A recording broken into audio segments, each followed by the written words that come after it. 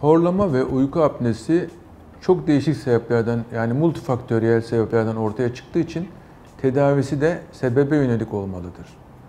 En önemli sebepler genellikle aşırı kilodur. Kilo, solunum bölgesinde daralma, dil kökünde genişleme ve akciğerlerde sıkışma yaptığı için horlamada çok önemlidir.